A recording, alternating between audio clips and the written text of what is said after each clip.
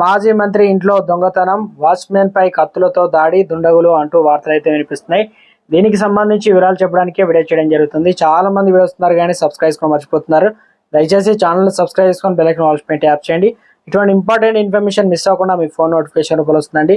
చాలా మంది మీరు చూస్తున్నారు కానీ లైక్ చేయడం లేదని దయచేసి లైక్ చేయండి. ఇన్ఫర్మేషన్ అందరూ కూడా మనం రీచ్ చేసిన వారు అవుతాం.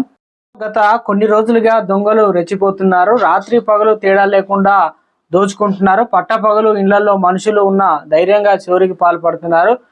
ఎదురు తిరిగితే దాడులు చేస్తున్నారు. లేటెస్ట్ గా ఒంగోలులో ఏపీ మాజీ మంత్రి సిద్ధరామయ్య రఘురావు అనగా ఇంట్లో చోరీకి యత్నించారు ఇద్దరు దుండగులు. ఈ ఘటనలో సీసీటీవీ ఫుటేజ్ లో రికార్డు కావడంతో వైరల్ అవుతుంది. ఒంగోలు మాజీ మంత్రి సిద్ధ రాఘవరావు ఇంట్లోకి ఏప్రిల్ 27న అర్ధరాత్రి 12:43 ఇద్దరు దొంగలు చొరబడ్డారు. ముఖానికి మాస్కులు ధరించి కాపలాగా ఉన్నటువంటి వాచ్మెన్ పై దాడికి యత్నించారు. కింద పడేసి కొట్టారు. వాచ్మెన్ దొంగలను ప్రతిఘటిస్తూ కేకలు వేయడంతో దుండగులు పరారయ్యారు. వెంటనే వాచ్మెన్ పోలీసులకు కంప్లైంట్ ఇవ్వడంతో ఘటనా స్థలానికి వచ్చి పరిశీలించారు.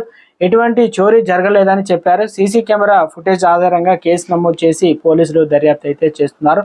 త్వరలోనే నిందితులను పట్టుకుంటామని చెప్పారు.